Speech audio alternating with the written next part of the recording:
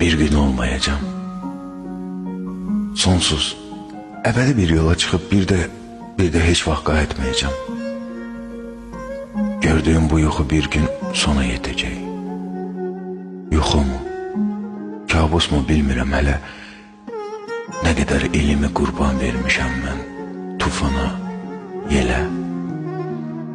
Belki cəhənnəmimdir bu dünya. Belki hələ başlayacaq. Belki de o kadar pisəm ki şeytan məni daşlayacaq. Belki de yaxşıyam. Mələklər alqışlayacaq. Bir gün mən də gedəcəyəm, ya ışıq ya zülmədə. Ya Rəbb, dünyadan incidim, bari göndər cənnətə. Xəyallarım yarım yarım. Varmı mənim kimi görən? Tapanmadım, tayım, yarım. Bəzən ölməkdən qorxuram. Bəzən ölmək istəmirəm. Hərdən elə yoruluram, çıxıb getmək istəyirəm. Sonu olan bu dünyada mən də bilmək istəyirəm, amma bilmək istəyirəm. Ölsəm kimlər ağlayacaq?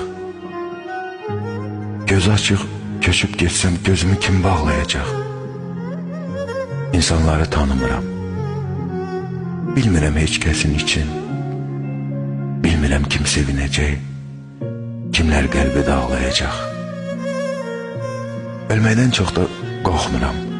Bəlkə də biraz, bircə meyillim. Arzularım var olmamış canımı alma ey Rəbbim. Bir gün mən də gedəcəyim sonu olmayan sonsuza. Bədənim dönəcək buza. Bilmirəm necə bəndəyəm.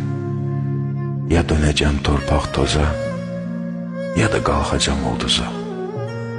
Ey aləmin uca Rəbbi, həm burada, həm o dünyada mərhəmət eylə hamımıza.